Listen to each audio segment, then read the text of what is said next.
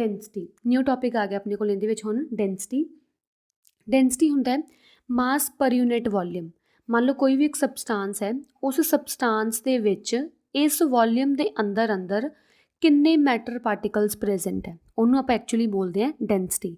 Density ਮਤਲਬ ਕਿ ਕੋਈ ਚੀਜ਼ ਕਿੰਨੀ ਆਪਾਂ ਕਹਿ ਲਓ ਸੰਘਣੀ ਟਾਈਪ ਹੈ, ਮਤਲਬ ਕੋਈ ਚੀਜ਼ ਕਿੰਨੀ ਕੰਪੈਕਟ ਆ, ਉਹਦੇ ਵਿੱਚ ਕਿੰਨੀ ਉਹਦੇ ਵਿੱਚ ਮੈਟਰ ਪਾਰਟੀਕਲਸ ਪ੍ਰੈਜ਼ੈਂਟ ਹੈ ਪਰ ਯੂਨਿਟ ਵੋਲੀਅਮ। ਜਿਵੇਂ ਸੋਲਿਡ ਵਿੱਚ ਮੈਟਰ ਪਾਰਟੀਕਲਸ ਪਰ ਇੰਨੇ ਕੁ ਵੋਲੀਅਮ ਵਿੱਚ ਜ਼ਿਆਦਾ ਹੈ, ਅਗਰ ਆਪਾਂ ਲਿਕੁਇਡ ਦੀ ਗੱਲ ਕਰੀਏ ਤਾਂ ਮੈਟਰ ਪਾਰਟੀਕਲ ਸੇਮ ਵੋਲੀਅਮ 'ਚ ਘੱਟ ਹੈ, ਅਗਰ ਆਪਾਂ ਗੈਸ ਦੀ ਗੱਲ ਕਰੀਏ ਤਾਂ ਉਹ ਹੋਰ ਵੀ ਘੱਟ ਹੈ। ਠੀਕ ਹੈ, ਤਾਂ ਡੈਂਸਿਟੀ ਸੋਲਿਡ ਦੀ ਜ਼ਿਆਦਾ ਹੋਗੀ ਕਿਉਂਕਿ ਪਾਰਟੀਕਲਸ ਜ਼ਿਆਦਾ ਹੈ ਇੱਕ ਇਨ ਵਨ ਲੈਟ ਵੋਲੀਅਮ। ਇਹਦੇ ਵਿੱਚ ਪਾਰਟੀਕਲਸ ਘੱਟ ਹੈ ਤਾਂ ਡੈਂਸਿਟੀ ਘੱਟ ਹੋਗੀ, ਅਤੇ ਇਹਦੇ ਵਿੱਚ ਗੈਸਿਸ ਵਿੱਚ ਡੈਂਸਿਟੀ ਲੀਸਟ ਹੋਗੀ। ਠੀਕ ਹੈ, ਤਾਂ ਡੈਂਸਿਟੀ ਕੀ ਹੁੰਦਾ, ਡੈਂਸਿਟੀ ਇਜ਼ ਇਕੁਅਲਸ ਟੂ ਮਾਸ ਪਰ ਯੂਨਿਟ ਵੋਲੀਅਮ। ਤਾਂ ਮਾਸ ਪਰ ਯੂਨਿਟ ਵੋਲੀਅਮ ਨੂੰ ਬੋਲਦੇ ਹਾਂ ਆਪਾਂ density. Density is the characteristics of its material only. Density ਆਪਾਂ ਮੇਨਲੀ ਵੇਖਦੇ ਹਾਂ ਉਹ ਇੱਕ ਕਰੈਕਟਰਿਸਟਿਕ ਆ ਉਹਦੀ ਮਟੀਰੀਅਲ ਦੀ। ਮਟੀਰੀਅਲ ਦੀ ਮਤਲਬ ਜਿਵੇਂ ਫੋਰ ਐਗਜ਼ਾਮਪਲ ਮੇਰੇ ਕੋਲ ਇੱਕ ਸਿਲਵਰ ਦਾ ਮੇਰੇ ਕੋਲ ਇੱਕ ਕਿਊਬ ਹੈ। ਠੀਕ ਹੈ, ਸਿਲਵਰ ਦੇ ਕਿਊਬ ਵਿੱਚੋਂ ਮੈਂ ਦੋ ਸ਼ੇਪ ਕਰ ਲਈਆਂ, ਇੱਕ ਮੈਂ ਮੰਨ ਲਓ ਆਪਦਾ ਬ੍ਰੇਸਲੇਟ ਬਣਾ ਲਿਆ, ਇੱਕ ਮੈਂ ਆਪਦੇ ਈਅਰਿੰਗ ਬਣਾ ਲਈ ਫੋਰ ਐਗਜ਼ਾਮਪਲ ਸਿਲਵਰ ਦੇ। ਤਾਂ ਹੁਣ ਦੱਸੋ ਕਿ ਬ੍ਰੇਸਲੇਟ ਦੀ ਡੈਂਸਿਟੀ ਜ਼ਿਆਦਾ ਹੋਊਗੀ ਕਿ ਈਅਰਿੰਗ ਦੀ ਡੈਂਸਿਟੀ ਜ਼ਿਆਦਾ ਹੋਊਗੀ, ਕਿਹਦੀ ਡੈਂਸਿਟੀ ਜ਼ਿਆਦਾ ਹੋਊਗੀ? ਤਾਂ ਇਹਦੇ ਵਿੱਚ ਆਪਾਂ ਆਨਸਰ ਕੁਛ ਨਹੀਂ ਦੇ ਸਕਦੇ, ਨਾ ਇਹਦੀ ਕਿਉਂ? ਕਿਉਂਕਿ ਮਟੀਰੀਅਲ ਤਾਂ ਸੇਮ ਹੈ ਨਾ, ਆਪਾਂ ਮਟੀਰੀਅਲ ਦੀ ਗੱਲ ਕਰਨੀ ਹੈ। ਜਿੰਨੀ ਵੀ ਡੈਂਸਿਟੀ ਸਿਲਵਰ ਦੀ ਹੁੰਦੀ ਹੈ ਸੇਮ ਡੈਂਸਿਟੀ ਹੀ ਇਸ ਬ੍ਰੇਸਲੇਟ ਅਤੇ ਸੇਮ ਡੈਂਸਿਟੀ ਹੀ ਈਅਰਿੰਗ ਦੀ ਹੋਊਗੀ, ਕਿਉਂਕਿ ਆਪਾਂ ਸਿਰਫ ਛੋਟੇ ਜਿਹੇ ਮਾਸ ਪਰ ਯੂਨਿਟ ਵੋਲੀਅਮ ਦੀ ਗੱਲ ਕਰਨੀ ਹੁੰਦੀ ਹੈ। ਸਾਈਜ਼ ਕਿੰਨਾ ਮਰਜ਼ੀ ਹੋਵੇ, ਲੈਂਥ ਕਿੰਨੀ ਮਰਜ਼ੀ ਹੋਵੇ, ਉਹ ਮੈਟਰ ਨਹੀਂ ਕਰਦੀ, ਸਿਰਫ ਮੈਟਰ ਕਰਦੀ ਹੈ ਕਿ ਆਪਾਂ ਸਬਸਟਾਂਸ ਕਿਹੜਾ ਲੈ ਰਹੇ ਹਾਂ। ਤਾਂ ਸਿਰਫ ਸਬਸਟਾਂਸ ਦੀ ਮਾਸ ਪਰ ਯੂਨਿਟ ਵੋਲੀਅਮ ਚੈੱਕ ਹੁੰਦੀ ਹੈ, ਉਹਦੇ ਸਾਈਜ਼ ਸ਼ੇਪ 'ਤੇ ਕੋਈ ਡਿਪੈਂਡ ਨਹੀਂ ਕਰਦਾ ਹੈ ਡੈਂਸਿਟੀ। ਠੀਕ ਹੈ, equal volume of two different materials have different masses. ਇਹ ਤਾਂ ਓਬਵੀਅਸ ਹੈ, ਇੱਕ ਮੇਰੇ ਕੋਲ ਸਿਲਵਰ ਹੈ, ਇੱਥੇ ਮੇਰੇ ਕੋਲ ਸਿਲਵਰ ਹੈ ਅਤੇ ਇੱਥੇ ਮੇਰੇ ਕੋਲ ਗੋਲਡ ਹੈ। ਤਾਂ ਸਿਲਵਰ ਦੀ ਡੈਂਸਿਟੀ ਅਲੱਗ ਹੋਊਗੀ, ਗੋਲਡ ਦੀ ਡੈਂਸਿਟੀ ਅਲੱਗ ਹੋਊਗੀ, ਕਿਉਂਕਿ ਸਿਲਵਰ ਦਾ ਮਾਸ ਅਲੱਗ ਹੈ, ਡੈਂਸਿਟੀ ਦਾ ਮਾਸ ਅਲੱਗ ਹੈ। ਪਹਿਲਾਂ ਵੋਲੀਅਮ ਦੋਨਾਂ ਦਾ ਸੇਮ ਹੈ, ਬਟ ਮਾਸ ਤਾਂ ਡਿਫਰੈਂਟ ਹੈ ਨਾ। ਡੈਂਸਿਟੀ ਮਾਸ ਅਤੇ ਵੋਲੀਅਮ ਦੋਨਾਂ 'ਤੇ ਡਿਪੈਂਡ ਕਰਦੀ ਹੈ। ਜੇ ਮਾਸ ਵੱਧ ਡੈਂਸਿਟੀ ਵੱਧ, ਜੇ ਵੋਲੀਅਮ ਵੱਧ ਗਿਆ ਤਾਂ ਡੈਂਸਿਟੀ ਘੱਟ ਜਾਂਦੀ ਹੁੰਦੀ ਹੈ। ਠੀਕ ਹੈ, ਕੋਈ ਨਹੀਂ ਅੱਗੇ ਜਾ ਕੇ ਪੜ੍ਹਾਂਗੇ, ਇਹ ਹੈ ਨਹੀਂ ਹਾਲੇ। ਤਾਂ ਤੁਸੀਂ ਬਸ ਇੰਨਾ ਯਾਦ ਰੱਖਣਾ ਹੈ ਕਿ ਇਕੁਅਲ ਵੋਲੀਅਮ ਭਲਾ ਹੋਵੇ ਦੋ substance the, but mass different ਹੋਣ ਕਰਕੇ ਡੈਂਸਿਟੀ ਵੀ ਡਿਫਰੈਂਟ ਹੋ ਜਾਊਗੀ। ਠੀਕ ਹੈ, ਅਤੇ ਹੁਣ ਆਪਾਂ ਕਿ ਇਕੁਅਲ ਮਾਸ ਵਾਲੀਆਂ ਦੋ ਚੀਜ਼ਾਂ ਲੈ ਲਈਆਂ। ਜੇ ਮੈਂ ਇਹਨਾਂ ਦਾ ਇਕੁਅਲ ਮਾਸ ਲੈ ਲਿਆ ਵੀ ਇਹਦਾ ਵੀ ਮਾਸ ਸੇਮ ਹੈ, ਇਹਦਾ ਵੀ ਮਾਸ ਸੇਮ ਹੈ, ਬਟ ਵੋਲੀਅਮ ਡਿਫਰੈਂਟ ਹੈ, ਤਾਂ ਵੋਲੀਅਮ ਡਿਫਰੈਂਟ, ਅਤੇ ਫਿਰ ਜੇ ਵੋਲੀਅਮ ਡਿਫਰੈਂਟ ਹੈ ਤਾਂ ਡੈਂਸਿਟੀ ਵੀ ਚੇਂਜ ਹੋ ਜਾਊਗੀ। ਠੀਕ ਹੈ, ਡੈਂਸਿਟੀ ਨੂੰ ਦੱਸਦਾ ਕੰਪੈਕਟਨੈਸ ਆਫ ਅ ਸਬਸਟਾਂਸ, ਕਿ ਸਬਸਟਾਂਸ ਵਿੱਚ ਕਿੰਨੀ ਕੰਪੈਕਟਨੈਸ ਹੈ। ਜਿਵੇਂ ਆਹ ਸੋਲਿਡ ਹੈ, ਆਹ ਲਿਕੁਇਡ ਹੈ, ਤਾਂ ਸੋਲਿਡ ਦੀ ਡੈਂਸਿਟੀ ਜ਼ਿਆਦਾ ਹੋਊਗੀ ਕਿ ਲਿਕੁਇਡ ਦੀ? ਮਾਸ ਪਰ ਯੂਨਿਟ ਵੋਲੀਅਮ ਕਿਹਦਾ ਜ਼ਿਆਦਾ? ਪਾਰਟੀਕਲਸ ਕਿਹਦੇ ਕੋਲ ਜ਼ਿਆਦਾ ਹੈ? ਸੋਲਿਡ ਕੋਲ। ਤਾਂ ਸੋਲਿਡ ਦੀ density as compare to liquid ਜ਼ਿਆਦਾ ਹੋਊਗੀ। ਸਭ ਤੋਂ ਘੱਟ ਡੈਂਸਿਟੀ ਹੋਊਗੀ ਗੈਸ ਪਾਰਟੀਕਲਸ ਦੀ। ਠੀਕ ਹੈ, ਨੈਕਸਟ ਆ ਗਿਆ ਆਪਣੇ ਕੋਲ ਯੂਨਿਟਸ ਆਫ ਡੈਂਸਿਟੀ। ਡੈਂਸਿਟੀ ਦਾ ਫਾਰਮੂਲਾ ਕੀ ਹੁੰਦਾ? Density equals to mass over volume. ਤਾਂ ਅਗਰ ਤਾਂ ਆਪਾਂ SI ਯੂਨਿਟ ਸਿਸਟਮ ਦੇਖੀਏ ਤਾਂ SI ਯੂਨਿਟ ਆਫ ਮਾਸ ਕੀ ਹੁੰਦਾ? SI ਯੂਨਿਟ ਆਫ ਮਾਸ ਹੁੰਦਾ ਕਿਲੋਗ੍ਰਾਮ, ਅਤੇ SI ਯੂਨਿਟ ਆਫ ਮੀਟਰ ਕੀ SI ਯੂਨਿਟ ਆਫ ਵੋਲੀਅਮ ਕੀ ਹੁੰਦੀ ਹੈ? Metre cube. ਤਾਂ ਡੈਂਸਿਟੀ SI ਯੂਨਿਟਸ ਕੀ ਆ ਗਈ ਇਹਦੀ? ਕਿਲੋਗ੍ਰਾਮ ਪਰ ਕਿਊਬਿਕ ਮੀਟਰ। ਅਗਰ ਆਪਾਂ CGS ਦੀ ਗੱਲ ਕਰੀਏ ਤਾਂ CGS ਵਿੱਚ ਮਾਸ ਆਪਾਂ ਲੈਂਦੇ ਗ੍ਰਾਮ ਵਿੱਚ, ਵੋਲੀਅਮ ਆਪਾਂ ਲੈਂਦੇ ਹਾਂ ਸੈਂਟੀਮੀਟਰ ਕਿਊਬ 'ਚ। ਤਾਂ CGS ਯੂਨਿਟ ਆ ਗਿਆ ਗ੍ਰਾਮ ਪਰ ਸੈਂਟੀਮੀਟਰ ਕਿਊਬ। ਤਾਂ ਇਹ ਵੈਰੀ ਇੰਪੋਰਟੈਂਟ ਹੈ, SI ਯੂਨਿਟ ਵੱਖਰੀ ਹੈ, CGS ਯੂਨਿਟ ਡਿਫਰੈਂਟ ਹੈ। ਠੀਕ ਹੈ, ਨੈਕਸਟ ਆ ਗਿਆ ਆਪਣੇ ਕੋਲ relation between SI and CGS units of density. ਹੁਣ ਆਪਾਂ SI unit that is kilogram per metre cube ਅਤੇ CGS unit gram per centimetre cube ਦੇ ਵਿੱਚ ਰਿਲੇਸ਼ਨ ਫਾਈਂਡ ਆਊਟ ਕਰਨਾ ਕਿ ਕੀ ਇਹਦਾ ਰਿਲੇਸ਼ਨ ਹੈ। ਰਿਲੇਸ਼ਨ ਕੀ ਹੋਊਗਾ? ਫੋਰ ਐਗਜ਼ਾਮਪਲ ਮੇਰੇ ਕੋਲ ਫਸਟ SI ਯੂਨਿਟ ਹੈ, SI ਯੂਨਿਟ ਵਿੱਚ ਮੈਂ ਇਹਨੂੰ ਲਿਖ ਰਹੀ ਹਾਂ 1 ਕਿਲੋਗ੍ਰਾਮ ਓਵਰ 1 ਮੀਟਰ ਕਿਊਬ। ਪਰ ਦਾ ਮਤਲਬ ਹੁੰਦਾ, ਪਰ ਮਤਲਬ ਓਵਰ, ਮਾਸ ਓਵਰ ਵੋਲੀਅਮ ਨਾ, ਮਾਸ ਓਵਰ ਵੋਲੀਅਮ। ਤਾਂ ਅਗਰ ਮੈਂ 1 ਕਿਲੋਗ੍ਰਾਮ ਪਰ ਮੀਟਰ ਕਿਊਬ ਦੀ ਗੱਲ ਕਰਾਂ ਤਾਂ 1 ਕਿਲੋਗ੍ਰਾਮ ਪਰ ਮੀਟਰ ਕਿਊਬ ਮਤਲਬ 1 kg ਓਵਰ 1 ਮੀਟਰ ਕਿਊਬ। ਠੀਕ ਹੈ, ਦੇਖੋ ਤੁਹਾਨੂੰ ਪਤਾ ਹੈ 1 ਕਿਲੋਗ੍ਰਾਮ ਦੇ ਵਿੱਚ ਕਿੰਨੇ ਗ੍ਰਾਮ ਹੁੰਦੇ ਆ? 1 kilogram is equals to 1000 gram. ਠੀਕ ਹੈ, ਓਵਰ ਆਪਾਂ ਨੂੰ ਪਤਾ ਹੈ 1 ਮੀਟਰ ਦੇ ਵਿੱਚ ਕਿੰਨੇ ਸੈਂਟੀਮੀਟਰ ਹੁੰਦੇ ਆ? 100 ਸੈਂਟੀਮੀਟਰ। ਪਰ ਮੇਰੇ ਕੋਲ ਇੱਥੇ ਇਕੱਲਾ ਮੀਟਰ ਨਹੀਂ, ਮੇਰੇ ਕੋਲ ਮੀਟਰ ਕਿਊਬ ਹੈ। ਮੀਟਰ ਕਿਊਬ ਮਤਲਬ ਮੈਂ M ਨੂੰ 3 ਟਾਈਮਸ ਮਲਟੀਪਲਾਈ ਕਰਨਾ ਹੈ। ਤਾਂ ਇੱਥੇ ਅਗਰ ਮੈਂ ਮੀਟਰ ਕਿਊਬ ਦੀ ਗੱਲ ਕਰਨੀ ਹੈ ਤਾਂ ਮੈਨੂੰ 3 ਟਾਈਮਸ 100 ਨਾਲ ਮਲਟੀਪਲਾਈ ਕਰਨਾ ਪੈਣਾ ਹੈ, ਤਾਂ ਜਾ ਕੇ ਮੇਰੇ ਕੋਲ ਸੈਂਟੀਮੀਟਰ ਕਿਊਬ ਆਊਗਾ। ਠੀਕ ਹੈ, ਇੱਥੇ ਲਿਖ ਦਿਓ 1 ਮੀਟਰ ਕਿਊਬ ਵਿੱਚ ਕਿੰਨੇ ਸੈਂਟੀਮੀਟਰ ਕਿਊਬ ਆਉਣਗੇ, 100 ਮਲਟੀਪਲਾਈ 100 ਮਲਟੀਪਲਾਈ 100 ਸੈਂਟੀਮੀਟਰ ਕਿਊਬ। ਠੀਕ ਹੈ, ਹੁਣ ਆਪਾਂ ਕੀ ਹੈ 3 ਜ਼ੀਰੋਜ਼ ਨਾਲ ਆ 3 ਜ਼ੀਰੋਜ਼ ਕੱਟ ਕਰਦੀ ਹਾਂ, ਆ ਵੀ ਕੱਟ ਹੋ ਗਈ। ਤਾਂ ਮੇਰੇ ਕੋਲ ਦੇਖੋ ਕੀ ਬਣ ਗਿਆ, 1 kilogram over 1 metre cube is equals to 1 gram over 100 multiply 10 that is 1000 centimetre cube. ਤਾਂ ਕੀ ਬਣ ਜਾਊਗਾ ਆਪਣੇ ਕੋਲ 1 kilogram per metre cube is equals to 1/1000 gram per centimetre cube. ਆਪ ਆ ਗਿਆ ਆਪਣੇ ਕੋਲ relation between SI and CGS unit of density. ਜੇ ਤੁਸੀਂ 1000 ਨੂੰ ਉੱਧਰ ਲੈ ਕੇ ਜਾਣਾ ਉੱਧਰ ਵੀ ਲੈ ਕੇ ਜਾ ਸਕਦੇ ਹੋ। ਕਿੰਨਾ ਆ ਜਾਊਗਾ 1000 ਮਲਟੀਪਲਾਈ 1 ਦੈਟ ਇਜ਼ 1000, ਤਾਂ 1000 kilogram per metre cube equals to 1 gram per centimetre cube. ਆ ਵੀ ਰਿਲੇਸ਼ਨ ਸਹੀ ਹੈ, ਆ ਵੀ ਰਿਲੇਸ਼ਨ ਸਹੀ ਹੈ। ਤਾਂ ਇਸ ਰਿਲੇਸ਼ਨ ਦੇ ਅਕੋਰਡਿੰਗ ਵੀ ਆਪਾਂ ਨੂੰ ਕੀ ਹੈ ਨੂਮੈਰੀਕਲਸ ਆਉਣੇ ਹੈ, ਅਤੇ ਉਹ ਵੀ ਆਪਾਂ ਧਿਆਨ ਨਾਲ ਕਰਨੇ ਹੈ। ਠੀਕ ਹੈ, ਹੁਣ ਦੇਖੋ ਇਹ ਜਿਹੜਾ ਮੈਂ ਤੁਹਾਨੂੰ ਸੈਂਟੀਮੀਟਰ ਕਿਊਬ ਦੱਸਿਆ ਸੀ, ਪਿਛਲੀ ਸਲਾਈਡ ਵਿੱਚ ਦੱਸਿਆ ਸੀ ਕਿ 1 ਮਿਲੀਲੀਟਰ ਦੇ ਵਿੱਚ 1 ਸੈਂਟੀਮੀਟਰ ਕਿਊਬ ਹੁੰਦੇ ਆ। ਤਾਂ ਜਿੱਥੇ ਤੁਹਾਨੂੰ ਸੈਂਟੀਮੀਟਰ ਕਿਊਬ ਦਿਖ ਰਿਹਾ ਤੁਸੀਂ ਉੱਥੇ ਮਿਲੀਲੀਟਰ ਵੀ ਲਿਖ ਸਕਦੇ ਹੋ। ਜਿਵੇਂ ਇਹਦੇ ਵਿੱਚ 1/1000 ਗ੍ਰਾਮ ਪਰ ਮਿਲੀਲੀਟਰ, ਇੱਥੇ ਤੁਸੀਂ ਗ੍ਰਾਮ ਪਰ ਮਿਲੀਲੀਟਰ ਲਿਖ ਸਕਦੇ ਹੋ, ਕਿਉਂਕਿ 1 ਸੈਂਟੀਮੀਟਰ ਕਿਊਬ ਦੇ ਵਿੱਚ 1 ਮਿਲੀਲੀਟਰ ਹੁੰਦੇ ਆ। ਠੀਕ ਹੈ, ਤਾਂ ਆਹ ਰਿਲੇਸ਼ਨ ਆ ਗਿਆ। ਤਾਂ ਇਹ ਰਿਲੇਸ਼ਨ ਵੀ ਕਾਫੀ ਇੰਪੋਰਟੈਂਟ ਹੈ ਪੇਪਰ ਪੁਆਇੰਟ ਆਫ ਵਿਊ ਲਈ। ਨੈਕਸਟ ਆ ਗਿਆ ਆਪਣੇ ਕੋਲ ਨੂਮੈਰੀਕਲਸ। ਤਾਂ ਫਸਟ ਨੂਮੈਰੀਕਲ ਆਪਣੇ ਕੋਲ a piece of iron weighs 312 gram.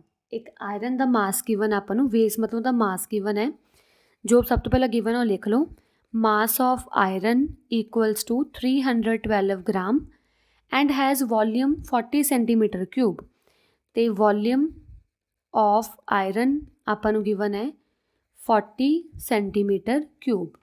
ਜਦੋਂ ਕੋਈ ਵੀ ਡੈਂਸਿਟੀ ਨਾਲ ਰਿਲੇਟਡ ਨੂਮੈਰੀਕਲ ਸੋਲਵ ਕਰਨਾ ਹੈ ਤਾਂ ਪਲੀਜ਼ ਯੂਨਿਟਸ ਚੈੱਕ ਕਰ ਲੈਣਾ, ਜਾਂ ਤਾਂ ਯੂਨਿਟਸ ਕਿਲੋਗ੍ਰਾਮ ਮਾਸ ਅਤੇ ਮੀਟਰ ਕਿਊਬ ਵੋਲੀਅਮ, ਮਾਸ ਵੋਲੀਅਮ, ਜਾਂ ਤਾਂ ਮਾਸ ਕਿਲੋਗ੍ਰਾਮ 'ਚ ਹੋਵੇ ਅਤੇ ਵੋਲੀਅਮ ਮੀਟਰ ਕਿਊਬ 'ਚ ਹੋਵੇ, ਫਿਰ ਸੋਲਵ ਕਰ ਲਓ, ਜਾਂ ਮਾਸ ਗ੍ਰਾਮ 'ਚ ਹੋਵੇ ਅਤੇ ਵੋਲੀਅਮ ਸੈਂਟੀਮੀਟਰ ਕਿਊਬ 'ਚ ਹੋਵੇ ਤਾਂ ਸੋਲਵ ਕਰ ਲਿਓ।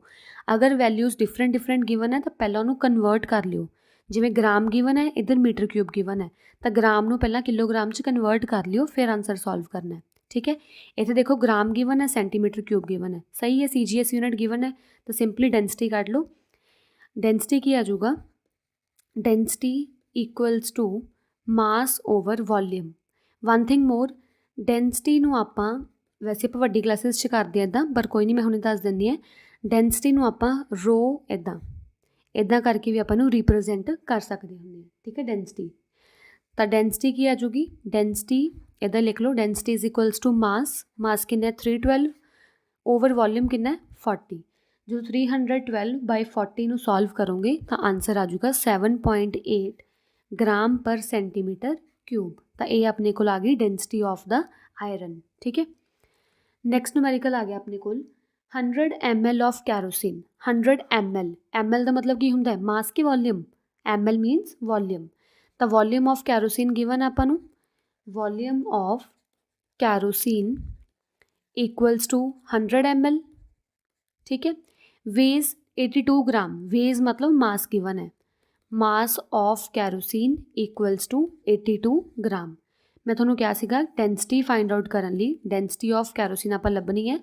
ਡੈਂਸਿਟੀ ਫਾਈਂਡ ਆਊਟ ਕਰਨ ਲਈ ਜਾਂ ਤਾਂ ਕਿਲੋਗ੍ਰਾਮ ਪਰ ਮੀਟਰ ਕਿਊਬ ਹੋਣਾ ਚਾਹੀਦਾ ਜਾਂ ਗ੍ਰਾਮ ਪਰ ਸੈਂਟੀਮੀਟਰ ਕਿਊਬ। ਤਾਂ ਮਿਲੀਲੀਟਰ ਨੂੰ ਪਹਿਲਾਂ ਸੈਂਟੀਮੀਟਰ ਕਿਊਬ ਦੀ ਫਾਰਮ 'ਚ ਲਿਖ ਲਓ, 1 millilitre is equals to 1 centimetre cube. ਠੀਕ ਹੈ, ਤਾਂ 100 ਮਿਲੀਲੀਟਰ ਵਿੱਚ 100 ਸੈਂਟੀਮੀਟਰ ਕਿਊਬ ਹੀ ਹੋਣਗੇ। ਠੀਕ ਹੈ, ਤਾਂ ਇਹਨੂੰ ਹੁਣ ਸਿੰਪਲੀ ਡੈਂਸਿਟੀ ਦੇ ਫਾਰਮੂਲੇ 'ਚ ਪੁੱਟ ਕਰ ਲਓ। Density is equals to mass over volume. Mass ਆਪਾਂ ਨੂੰ ਕਿੰਨਾ ਗਿਵਨ ਹੈ 82, ਵੋਲੀਅਮ ਕਿੰਨਾ ਹੈ 100, ਤਾਂ ਆਪਣੇ ਕੋਲ ਆਨਸਰ ਕਿੰਨਾ ਆ ਜਾਊਗਾ 0.82 ਗ੍ਰਾਮ ਪਰ ਸੈਂਟੀਮੀਟਰ ਕਿਊਬ। ਪਰ ਉਹਨਾਂ ਨੇ ਆਪਾਂ ਨੂੰ ਕੀ ਕਿਹਾ ਕਿ ਤੁਸੀਂ answer kilogram per metre cube 'ਚ ਕੱਢੋ। ਆਪਣਾ ਆਨਸਰ ਕਿੰਨਾ ਆ ਗਿਆ 0.82 ਗ੍ਰਾਮ ਪਰ ਸੈਂਟੀਮੀਟਰ ਕਿਊਬ, ਪਰ ਆਪਾਂ ਆਨਸਰ ਕੱਢਣਾ ਹੈ ਕਿਲੋਗ੍ਰਾਮ 'ਚ ਨਾ, ਕਿਲੋਗ੍ਰਾਮ ਪਰ ਮੀਟਰ ਕਿਊਬ 'ਚ। ਤਾਂ ਸਭ ਤੋਂ ਪਹਿਲਾਂ ਰਿਲੇਸ਼ਨ ਲਿਖ ਲਓ। ਆਪਾਂ ਰਿਲੇਸ਼ਨ ਸੋਲਵ ਕੀਤਾ ਸੀ, ਇੱਥੇ ਦੇਖੋ, ਓਕੇ ਇੱਥੋਂ ਡਿਲੀਟ ਹੋ ਗਿਆ, ਕੋਈ ਗੱਲ ਨਹੀਂ। ਰਿਲੇਸ਼ਨ ਕਿੰਨਾ ਆ ਜਾਊਗਾ 1 gram per centimetre cube is equals to 1000 kilogram per metre cube.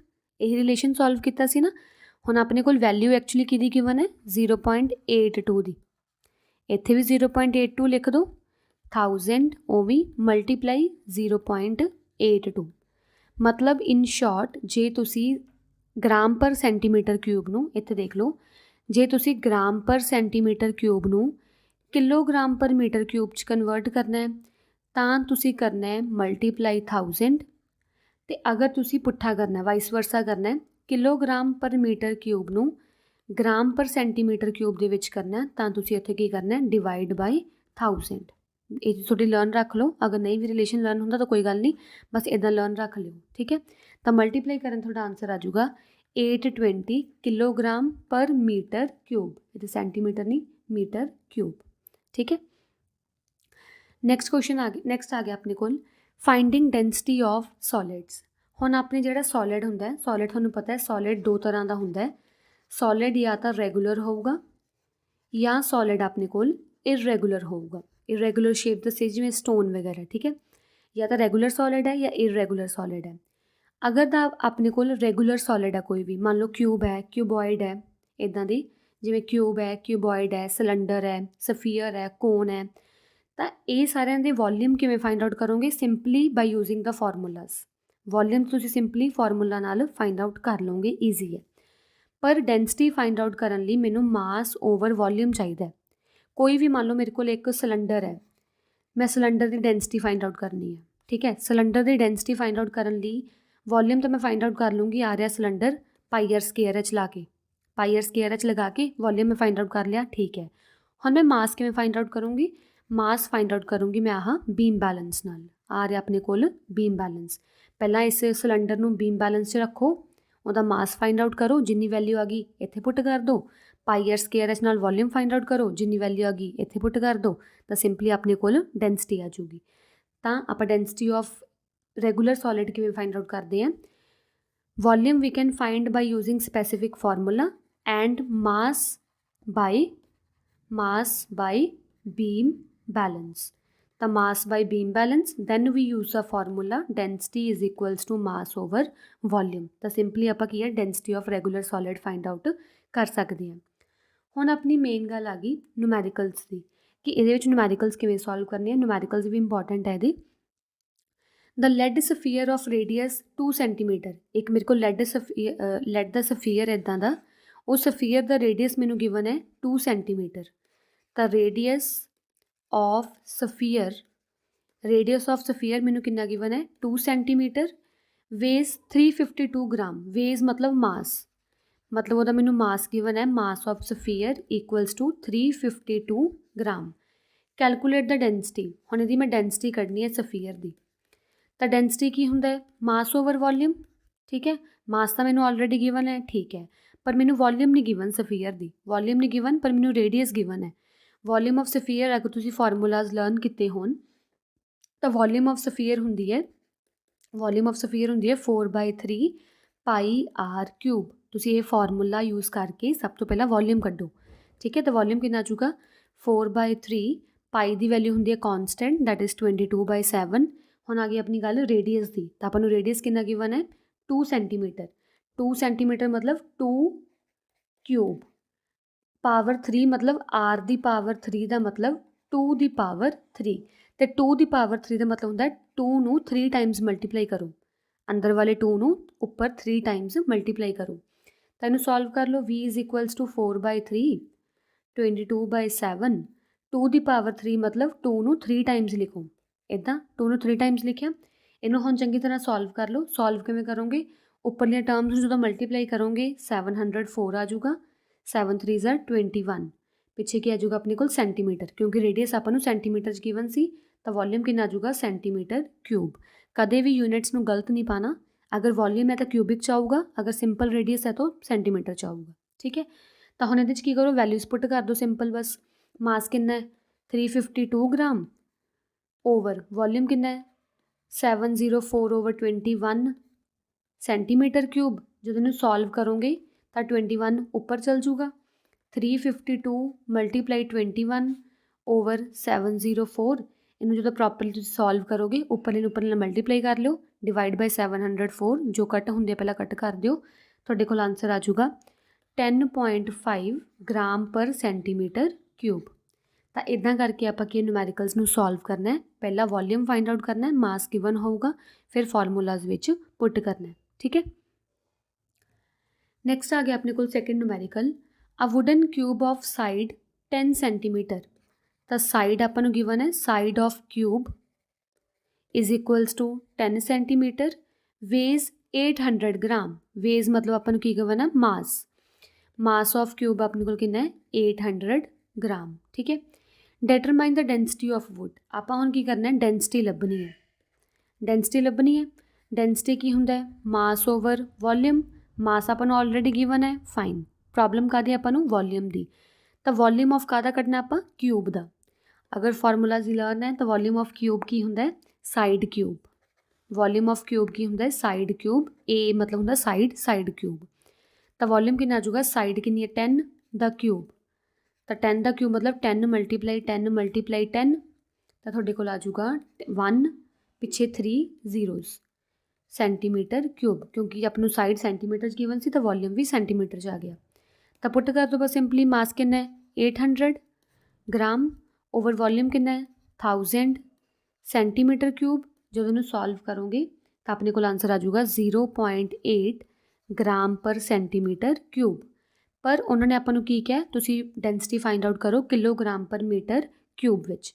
ਤਾਂ ਕਿਲੋਗ੍ਰਾਮ ਪਰ ਮੀਟਰ ਕਿਊਬ 'ਚ ਮੈਂ ਤੁਹਾਨੂੰ ਸਿਖਾਇਆ ਸੀਗਾ, ਜੇ gram per centimetre cube given ਹੈ, ਕਿਲੋ 'ਚ ਕਰਨਾ ਹੈ ਤਾਂ ਕੀ ਕਰੋ, ਉਹਨੂੰ ਸਿੰਪਲੀ ਮਲਟੀਪਲਾਈ ਬਾਈ ਦਾ 1000 ਕਿਲੋਗ੍ਰਾਮ ਪਰ ਮੀਟਰ ਕਿਊਬ।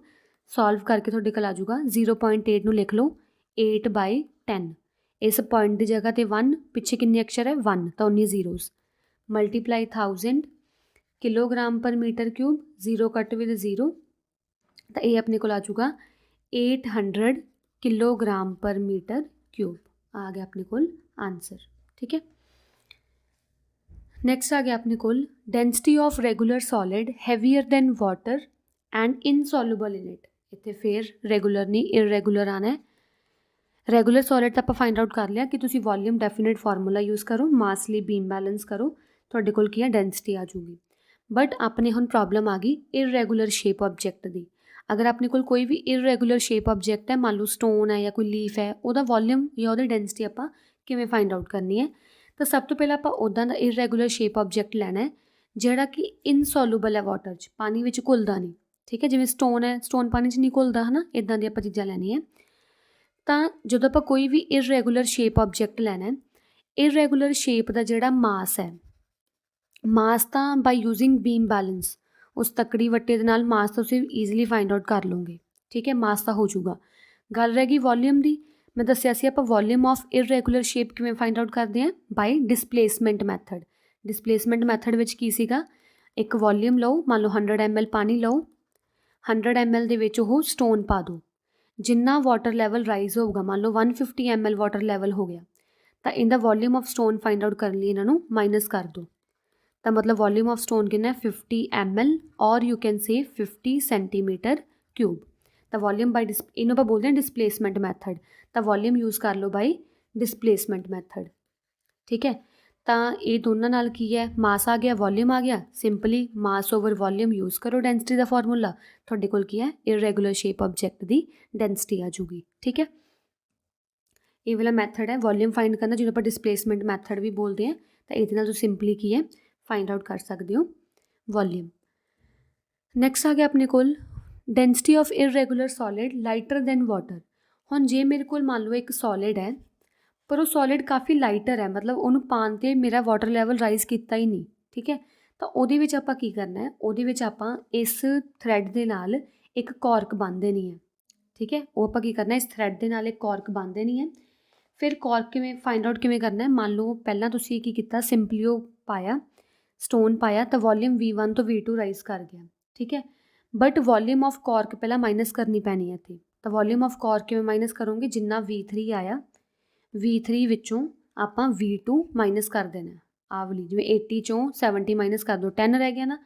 10 ਕਰਨ ਤੋਂ ਬਾਅਦ 'ਚੋਂ ਤੁਸੀਂ ਜਿੰਨਾ ਵੀ ਆਂਸਰ ਆਇਆ ਤੁਹਾਡੇ ਕੋਲ V3 ਮਾਈਨਸ V2 ਕਰਕੇ, ਉਹ ਤੁਹਾਡੇ ਕੋਲ ਵੋਲੀਅਮ ਆ ਜਾਊਗਾ, ਇਹਦਾ ਵੋਲੀਅਮ ਆਫ ਦਾ ਕੋਰਕ ਆ ਜਾਊਗਾ। ਠੀਕ ਹੈ। ਤਾਂ ਵੋਲੀਅਮ ਆਫ ਕॉर्क फाइंड कर लिया। मास तुसी ਕੀ करो बीम बैलेंस ना फाइंड आउट करो ਤਾਂ ਸਿੰਪਲੀ ਤੁਸੀਂ मास ओवर वॉल्यूम 'ਚ पुट करो डेंसिटी, मास ओवर वॉल्यूम 'ਚ पुट करो तो आ जाऊगा। ठीक है, नैक्सट आ गया numericals related to this. First numerical है अपने कोल when a measuring cylinder is partially filled with water the volume reading is 48 ml। एक मैं measuring cylinder लिया ਉਹਦੇ ਵਿੱਚ ਥੋੜਾ ਜਿਹਾ ਪਾਣੀ ਪਾਤਾ, ਪਾਣੀ ਪਾਉਣ ਤੇ ਜਿਹੜੀ ਉਹਦੀ ਵੋਲੀਅਮ ਆਈ ਉਹ 48 ml ਸੀਗੀ। when a glass stopper is immersed into water, ਇੱਕ ਮੈਂ ਗਲਾਸ ਸਟਾਪਰ ਕੀ ਹੈ ਵਾਟਰ ਦੇ ਵਿੱਚ ਇਮਰਸ ਕਰਤਾ, ਇੱਕ ਗਲਾਸ ਸਟਾਪਰ ਸੀਗਾ ਉਹਨੂੰ ਵਾਟਰ ਦੇ ਵਿੱਚ ਇਮਰਸ ਕੀਤਾ ਤਾਂ ਜਿਹੜਾ ਵਾਟਰ ਆ ਉਹ ਰਾਈਜ਼ ਕਰ ਗਿਆ। ਵਾਟਰ ਰਾਈਜ਼ ਕਰਨ ਤੇ ਉਹਦੀ ਰੀਡਿੰਗ ਕਿੰਨੀ ਆ ਗਈ 74 ml। What is the volume of glass stopper. ਹੁਣ ਇਸ ਗਲਾਸ ਸਟੋਪਰ ਦਾ ਵੋਲੀਅਮ ਕਿੰਨਾ ਹੋਊਗਾ ਤਾਂ ਮਾਈਟ ਵੀ ਤੁਹਾਨੂੰ ਪਤਾ ਲੱਗ ਗਿਆ ਹੋਊਗਾ ਕਿੰਨਾ ਹੋਊਗਾ। ਵੋਲੀਅਮ ਆਫ ਗਲਾਸ ਸਟੋਪਰ ਕਿੰਨਾ ਹੋਊਗਾ final volume minus initial volume. ਠੀਕ ਹੈ, ਇਨੀਸ਼ੀਅਲ ਵੋਲੀਅਮ ਕਿੰਨਾ 48 ml ਤਾਂ final volume minus initial volume ਜੇ ਤੁਸੀਂ ਫਾਈਂਡ ਆਊਟ ਕਰੋਗੇ ਤਾਂ ਉਹ ਆ ਜਾਊਗਾ 26 ml। ml ਦੀ ਜਗ੍ਹਾ ਸੈਂਟੀਮੀਟਰ ਕਿਊਬ ਵੀ ਲਿਖ ਸਕਦੇ ਹੋ 26 ਸੈਂਟੀਮੀਟਰ ਕਿਊਬ। ਤਾਂ ਵੋਲੀਅਮ ਤੁਸੀਂ ਫਾਈਂਡ ਆਊਟ ਕਰ ਲਿਆ ਨਾ ਉਹਦਾ ਗਲਾਸ ਕॉर्क ਦਾ। ਨੈਕਸਟ ਆ ਗਿਆ ਆਪਣੇ ਕੋਲ ਆਪਾਂ ਨੂੰ ਗਿਵਨ ਇਹਦੇ ਵਿੱਚ if the mass of the glass stopper is 65, mass of glass stopper mass ਆਪਾਂ ਨੂੰ ਗਿਵਨ ਉਹਦਾ 65 ਗ੍ਰਾਮ। ਹੁਣ ਮਾਸ ਗਿਵਨ ਹੈ, ਵੋਲੀਅਮ ਆਪਾਂ ਫਾਈਂਡ ਆਊਟ ਕਰ ਲਿਆ ਤਾਂ ਡੈਂਸਿਟੀ ਫਾਈਂਡ ਆਊਟ ਕਰ ਲਓ। Density is equals to mass over volume. Mass ਕਿੰਨਾ ਹੈ 65, ਵੋਲੀਅਮ ਕਿੰਨਾ ਹੈ 26 ਤਾਂ ਆਪਣੇ ਕੋਲ ਆਨਸਰ ਕਿੰਨਾ ਆ ਜਾਊਗਾ 2.5 ਗ੍ਰਾਮ ਪਰ ਸੈਂਟੀਮੀਟਰ ਕਿਊਬ। ਤਾਂ ਸਿੰਪਲੀ ਇਹ ਫਾਰਮੂਲਾਸ ਪੁੱਟ ਕਰਨੇ ਆ ਤੁਸੀਂ ਆਨਸਰ ਕੱਢਨੇ ਆ। ਠੀਕ ਹੈ, ਨੈਕਸਟ ਆ ਗਿਆ ਜਿਵੇਂ ਆਪਣੇ ਕੋਲ the volume of the given solid is 30.5 centimetre cube. Volume ਆਪਾਂ ਨੂੰ ਆਲਰੇਡੀ ਗਿਵਨ ਹੈ, ਵੋਲੀਅਮ ਗਿਵਨ ਆਪਾਂ ਨੂੰ 30.5 centimetre cube. If the density of solid is this, density ਵੀ ਆਪਾਂ ਨੂੰ ਆਲਰੇਡੀ ਗਿਵਨ ਹੈ 3.2 gram per centimetre cube. Find the mass, ਬਸ ਆਪਾਂ ਮਾਸ ਫਾਈਂਡ ਆਊਟ ਕਰਨਾ ਹੈ ਤਾਂ ਫਾਰਮੂਲਾ ਸੇਮ ਉਹੀ ਯੂਜ਼ ਕਰੋ। Density is equals to mass over volume. Density given ਹੈ, ਵੋਲੀਅਮ ਗਿਵਨ ਹੈ, ਮਾਸ ਕੱਢਣਾ ਨਾ ਤਾਂ ਵੋਲੀਅਮ ਨੂੰ ਉੱਧਰ ਲੈ ਜਾਓ। ਵੋਲੀਅਮ ਇੱਧਰ ਕਾਹਦੇ 'ਚ ਹੈ ਪਲੱਸ ਮਾਈਨਸ ਕੇ ਡਿਵਾਈਡ 'ਚ, ਇੱਧਰ ਇਹ ਡਿਵਾਈਡ 'ਚ ਹੈ, ਉਧਰ ਜਾ ਕੇ ਕੀ ਹੋ ਜਾਊਗਾ ਮਲਟੀਪਲਾਈ। ਤਾਂ density multiply volume equals to mass. Density ਕਿੰਨੀ ਗਿਵਨ ਹੈ 3.2, ਵੋਲੀਅਮ ਕਿੰਨਾ ਹੈ 30.5।